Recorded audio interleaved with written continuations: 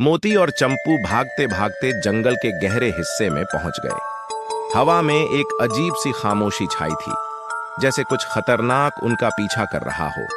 घने पेड़ों और झाड़ियों के बीच रास्ता बहुत कठिन हो चुका था, लेकिन दोनों की आंखों में सिर्फ एक ही लक्ष्य था, मंदिर तक पहुंचना। चंपू घबराया हुआ था। मोती, हम कहीं खो तो नहीं गए? यह रास्ता और ज्यादा घना हो गया है। मोती ने एक गहरी सांस ली और कहा, हमें रुकना नहीं है, बस आगे बढ़ते रहो, मंदिर नजदीक होगा। उसी वक्त अंधेरे में से फिर वही डरावनी आवाज सुनाई दी। तुम दोनों कहां जा रहे हो? तुम नहीं बच सकते। मोती और चंपू दोनों रुक गए और पलट कर देखा। काली बिल्ली अब उनके सामने खड़ी थी। उसकी आंखों में अजीब सी आग जल रही थी।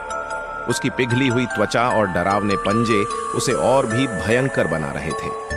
मोती का दिल धड़क रहा था, लेकिन उसने डर को अपनी ताकत में बदला और चंपू से कहा, हम सिर्फ एक रास्ते से बच सकते हैं, वह मंदिर, वह शिला। अगर हम उस तक पहुंच गए तो हमें उसकी शक्तियों से मुक्ति मिल सकती है। चंपू ने एक बार और डरते हुए पीछे देखा और फिर मोती के साथ दौड़ने लगा। अचानक काली बिल्ली ने अपना पंजा उठाया और एक डरावनी गूंज के साथ उन्हें रोकने की कोशिश की। अब तुम दोनों नहीं बच सकोगे, उसने गरजते हुए कहा। लेकिन तभी चंपू ने मोती को इशारा किया। कुछ दूर पर मंदिर का पुराना ध्वस्त भवन दिखाई दे रहा था। दोनों ने अपनी पूरी ताकत लगा दी और उस ओर दौड़े। काली बिल्ली अब उनके पीछे थी, लेकिन वह धीरे धीरे उनका पीछा कर रही थी।